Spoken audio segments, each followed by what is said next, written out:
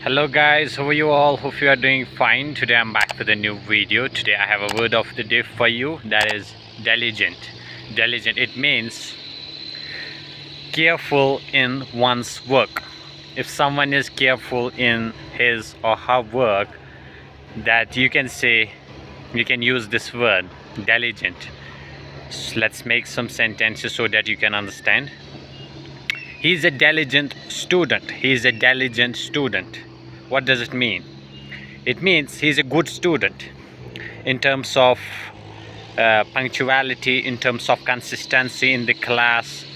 He's good in terms of uniform, in terms of passing the exam, in terms of studying. He's good.